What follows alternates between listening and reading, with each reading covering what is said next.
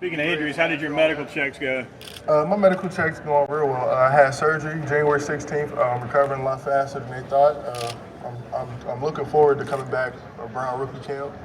But I mean, there's nothing else I can really say about it as of right now. It's just a day-to-day thing. What kind of feedback did you get here on your medicals? I really didn't have, when I came here and got the medical and everything going on, they didn't check my leg. I was told not to let anybody pull or tug at my leg just because surgery was recent, 6 weeks out in a few days. So it's just more so looking at my upper body. How did the injury affect you on the field for Ohio State this season? The injury happened November 26th in the game against team up north. So when that happened, I didn't really notice until after the game. After the game, I couldn't walk really. I was limping. Practice that week, I was not able to run as well, and I just kept playing through it. I played the Clemson game with the injury as well. Did you consider not playing? No, that was never a thought. Just because I put too much work in with those guys, and it would be like I was letting them down.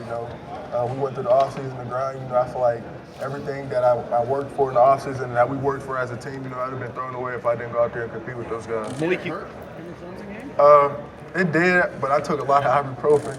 It definitely hurted, but I didn't really pay attention. As the game went on, it was something that I wasn't paying attention to. I was just going out there to try to compete and get the win for the team. In the first half of that game, you made one of the best interceptions a lot of people have seen with how much field you covered. How many ibuprofen pills did it take to make that play? About 6. Took about 6. I went out there early before the game started, and I had the PT look at it before I went out there and started working out on the field, and just got it real loose. Try to get as loose as I can, and just try to mentally block that out of my mind. Malik, during the year, you said that you were going to come back to Ohio State.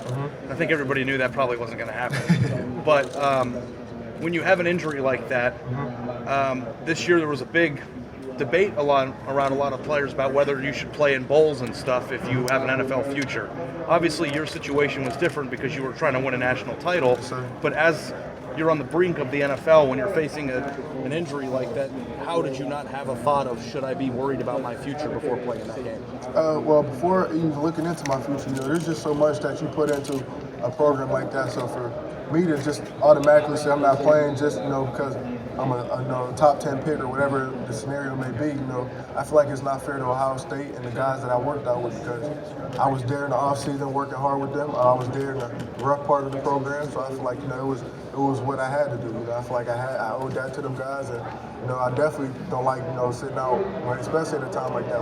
We're working for a national championship, big game against one of the top competitive teams in college football. So it's like it was a no-brainer that I was playing. Malik, we asked Marshawn Lattimore about having one great year as a starter, same situation for you, and to be in this position. Just what does it say in that 1 year what you accomplished?